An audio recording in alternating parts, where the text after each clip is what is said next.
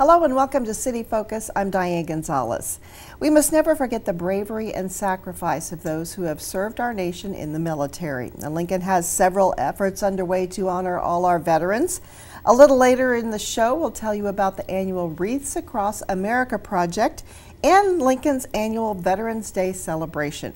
But we're going to start with something new. Lincoln's first Veterans Parade, set for Saturday, November 3rd in the area around the state capitol. The parade is being organized by the Marine Corps League 370 Cornhusker Detachment, and joining me from that group is Chairperson Antonio Marino. Thank you so much, Antonio, for being with us today. Thank you for having me. Let's start with some logistics. When and where does the project or the parade start, and what is the route?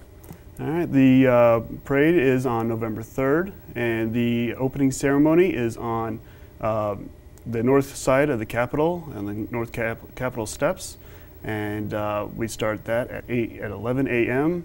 When then we'll have the parade kick off on South 21st Street and K Street, and we'll move westbound onto 14th Street. All right, and people can find out more information at lincolnveteransparade.org.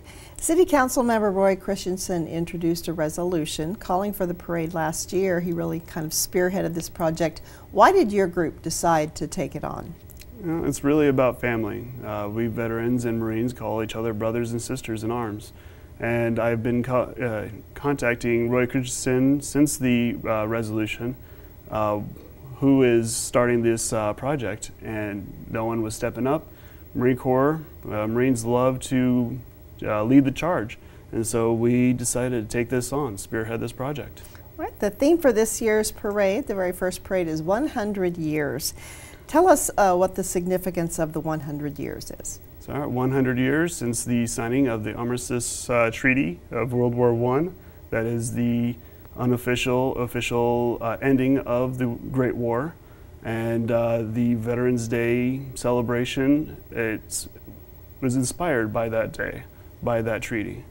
And it's also the Marine Corps allowing women? Yes, it's also been 100 years since women have been enlisting in the Marine Corps, and also it's 100 years since the Battle of Belleau Wood. And that battle is what earned Marines the nickname Devil Dog. Something that you're all proud of? Oh yes, very much. Well, who is planning to participate so far? So far we have Marine Corps League, of course, and then we have the VFW is planning to participate. We also have the American Legion, the Army National Guard, and several others that have come in. And we also have some companies and corporates that want to participate. Now, the City Council voted in October to support the parade with some money from the city's contingency fund. What kind of support are you looking from the community? I'm sure you want everybody to, first of all, to show up. Oh yes, line K Street, make this so big that eventually we'll have to move it to O Street. But yeah, for now, we're looking for bands, we're looking for vehicle, walker floats, and also the volunteer effort. We have an outstanding response from the community about volunteers and wanting to support. We also would like sponsors as well. We have a big sponsor from AARP that is signed on for our printed material. That's great. All right. Well, and again, we want people to come out and watch the parade November 3rd with opening ceremonies at 11 a.m. at the state capitol. The route is K Street from South 21st to South 14th Street. That's roughly Lincoln High to the back to the state capitol. Yes. And the website to find out for more information is lincolnveteransparade.org. You'll also find them on Facebook at Lincoln Veterans Day. Mm-hmm. Antonio, any big hopes for this year? What are your kind of goals for the first year? My goal for the first year is to have the parade kick off without a hitch, which is a big aspiration. Have wonderful bands, military vehicles, and just wonderful spectators that will enjoy and celebrate the sacrifice and the commitment that the military has done and military veterans. And we don't want to forget the families as well. Exactly, yes. Right. And those serving in the military. So it really honors all three of those groups. Exactly, yes. All right. Antonio, thank you so much for stepping up to take on this big effort. And we hope to see a lot of people lining K Street November 3rd for Lincoln's first Veterans Parade. Yes. Thank you so much. And when we come back, we'll have details on the annual Veterans Day program on November 11th. Stay with us. Meet Uplink, your fastest way to contact city government about non-emergency quality of life issues such as graffiti, potholes, litter, and much more. Uplink is a smartphone application in which you provide pictures, videos, locations, and descriptions of problem areas directly to city personnel. Uplink also lets you view, provide comments, and vote to fix problems submitted by your neighbors. You can even receive notifications about other issues reported in your community and follow the progress of those service requests. Visit uplink.lincoln.ne.gov for details. Welcome back to City Focus. It was November 11th, 1918 when World War I came to an end. A year later, President Woodrow Wilson proclaimed November 11th as the first Armistice Day. In 1954, the name was changed to Veterans Day. It's a day for Americans to honor the veterans of all our nation's wars. Joining me now to talk about Lincoln's annual Veterans Day program is Ron Lechner. He is the chair of the Mayor's Advisory Council for the Veterans Memorial Garden. Ron, thank you so much for being here. No problem, Diane. Thank you. And I want to start out just by talking about your own military service. Well, I'm retired Air Force. I spent 20 years in the Air Force, and I got to see 38 states and 9 countries in that 20 years, so I got a wide range of customs areas and everything, and I totally enjoyed it and stuff. So, well, thank you very much for your service. Tell us about this year's program at the Auld Recreation Center. Well, as everyone knows, it's the 100th anniversary of the end of World War I, so we're going to use that as our kind of theme, if you want to call it that. So we're going to, just to run over a couple of the items on it, we're going to start with, weather permitting now, John Hibbert from the Fire and Rescue is going to do a little bagpipe intro for us and stuff, you know, in or outside the Auld Pavilion and stuff. So we're going to have then Diane Bartles is going to be our welcoming, and then Cindy Lamb's going to take over and do the introduction from the city council and stuff. She's agreed to do that. The Pershing rifle team will be there from UNL to do the colors. We've got our keynote speaker is going to be a Dr. Thomas Berg from UNL, and he is the one that originally, hopefully I get this right, from Diana, let me know if I don't, you know, he is the one that specifically identified and starting the Pershing Center here in Lincoln and everything. So I think that's a big kudos for us and stuff that we do have somebody right in the Lincoln area that did something so significant for the Lincoln and Lincoln area and stuff. All right. And usually lots of patriotic music as well? Always going to be a lot of patriotic music. The Lincoln Women's Chorus has agreed in principle to be our singers and stuff. So we're going to do some things from World War I and have some music from that era as well. So might even have a little sing-along. So it just depends upon what kind of music they want to come up with and stuff. So I think that's going to be something fun. All right. Now the program is in coordination with a walk that takes place ahead of the program. Tell us a little bit about that. Yes, that walk has been going on for I don't know how many years. I know a couple of the organizers for it that organizes. They get ready on the west side of Memorial Stadium at 9 o'clock. They form up, and then they have and meet and greet each other. And then first step off is about 9:30 on that day, come rain or shine, and they'll do a pretty good step to come down from Memorial Stadium all the way down into, and we're privileged to have them come into Veterans Memorial Garden in Antelope Park and everything. So, all right, tell us what Veterans Day means to you as a veteran, someone who has served for a long time. Wow, it's something that's an individual thing, but it means a lot because I know that, you know, my dad, you know, I want to use this for example, my dad was a Korean War veteran, and as kids, we really never got to find out anything about what he did, you know, in the service, because he just never wanted to talk about that. And there are so many of the veterans out there that just do not want to talk about their wartime service. Now, it's really important that we find out if they would talk and come across with that information and tell us what they did, how they did it, you know, kind of thing, their experiences. I just think it's amazing and stuff, because we're losing so many of those veterans every day that all those stories go away, Diane. And it's just a matter of, we really should have those stories available to keep in touch with everything for veterans, just as a memory for everything. So. Now, Ron, you serve as chair of the committee for the Veterans Memorial Garden. Let's talk just a little bit about the garden itself. Yes. Very special spot here in Lincoln. Yes, it is, and we're very proud of that spot, and I am very proud of that spot down in Antelope Park. A lot of people know that there's Antelope Park there. A lot of people know the Auld Pavilion is there, but a lot of people still do not know that there is actually the Veterans Garden down there. And I invite people to come down and take a walk around. We've got 26 monuments that are for different areas. We've got bricks of honor for individuals. You can purchase a brick of honor now, because what we're trying to do is to honor, inspire, and educate people on the veteran and the veteran's story, you know, so that those stories will always be with us. So come down. It's an awe-inspiring place. Just walk around, take a look. You know, maybe you know somebody there that you don't, you know, that you say, oh, that person's down there and stuff. And we're hoping that, you know, you do just come down there, because there's a lot of people that just come down there and sit and weep, you know, because they'll remember somebody that they've lost, or somebody that's coming down there and says, because it's an honor. You don't have to be deceased to have them, because I have a brick down there.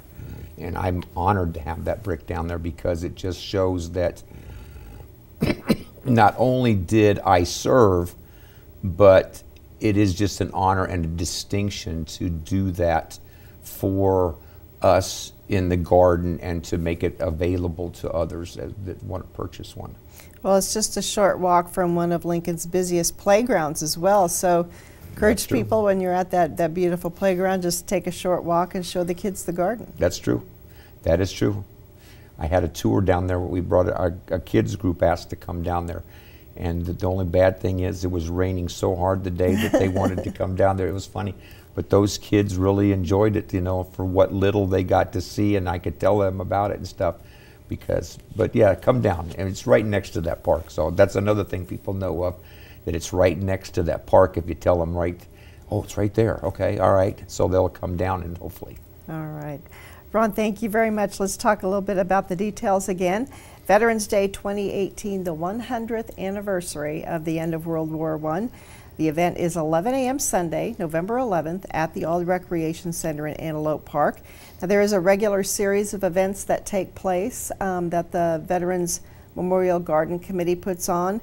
The other one we want to mention that's coming up fairly soon is Pearl Harbor Remembrance Day. That event is 11:55 a.m. Friday, December 7th, again at the Auld Recreation Center at Antelope Park. And Ron, when the weather's nice, you can have some of your events actually at the garden, but November and December are a little iffy.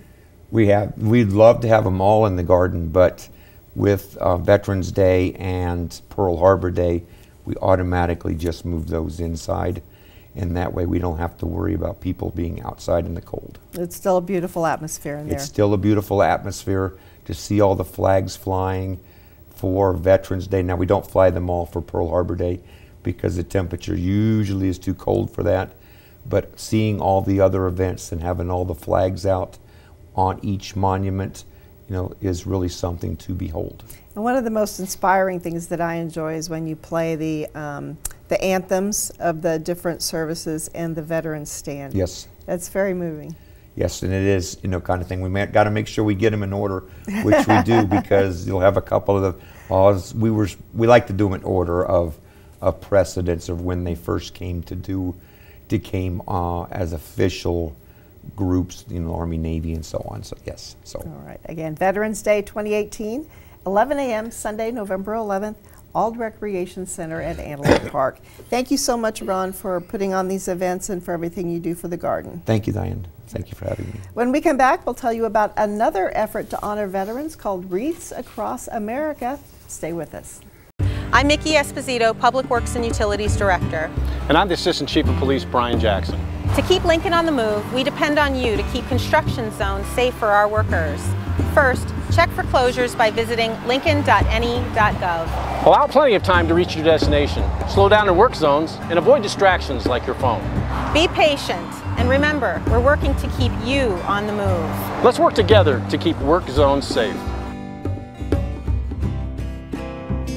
Welcome back to City Focus. Since 2010, Lincoln has participated in the National Wreaths Across America program by having wreaths placed on veterans' graves in Wyuka Cemetery. Diane Bartles is the local organizer of the effort. Diane is on the Wyuka Historical Foundation board. Diane, thank you for being with us. We've had you on before, but not for a while. So this is fun. Tell us why you were inspired to bring this program to Lincoln 8 years ago. Well, it's very important to me that we do not forget those who have served and in some cases sacrificed with their lives to protect the freedoms of our country. And I have come in recent past to know Gold Star mothers who lost actually a son and a daughter in the war in Afghanistan and Iraq.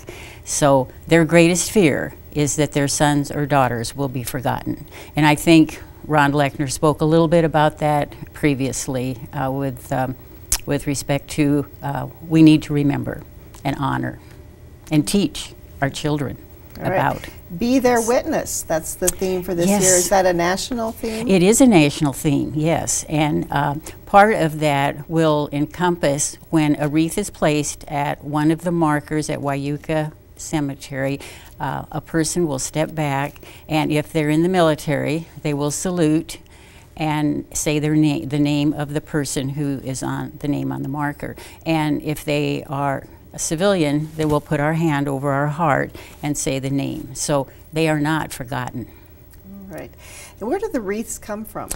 Maine, Harrington, Maine, and they're fresh balsam wreaths, 20 inches, red waterproof bow, hand-tied, that's placed on them. They have their own, I call it a forest up there, and oh, when the wreaths come in boxes, they come on trucks donated by local trucking companies, including Ackley with Creek Carrier. Phyllis and Dwayne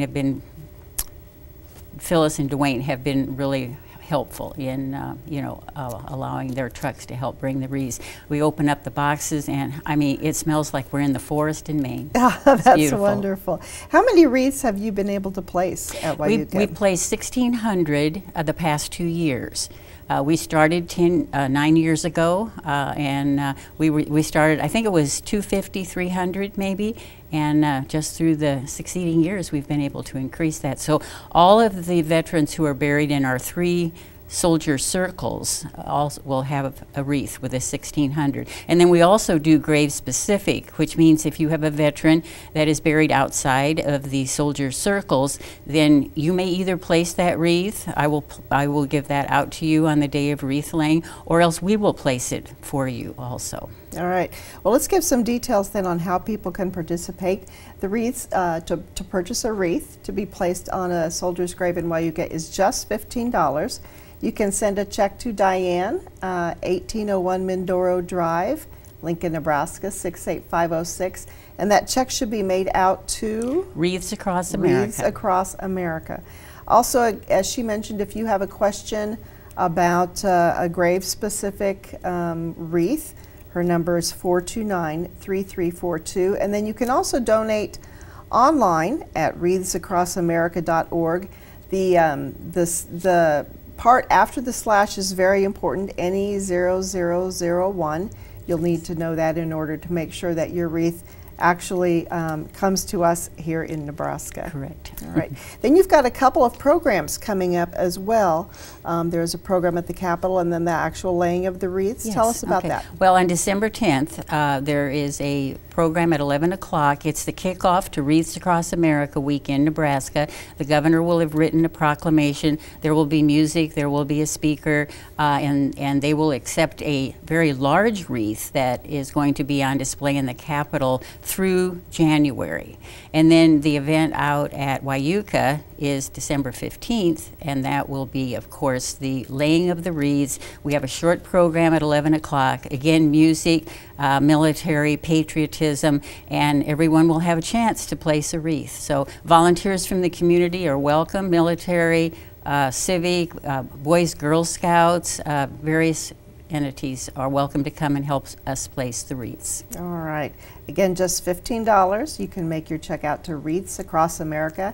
Send it to Diane or go online, wreathsacrossamerica.org/NE0001. You mentioned the other organizations that are involved. You mentioned Creek Carriers. What other groups help make this possible? Well, we have Union Bank. They're one of our presenting sponsors. And then we have some individuals, too, that anonymously give money for the wreaths to be purchased. And why is this cause so important to you?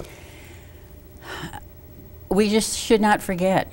I am a product of World War II. I grew up with my dad telling me stories, selling war bonds. He was the largest seller in the community in northeast Nebraska.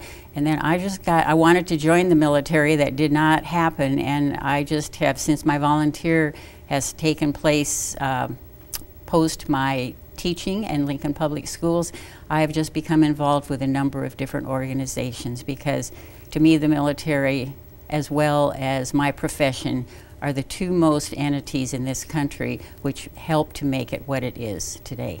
All right, Diane, thank you so much for being with us today and for your commitment to this really beautiful project. It is beautiful. Thank you. Thank you. That is all for this edition of City Focus. I'm Diane Gonzalez, and thank you for joining us.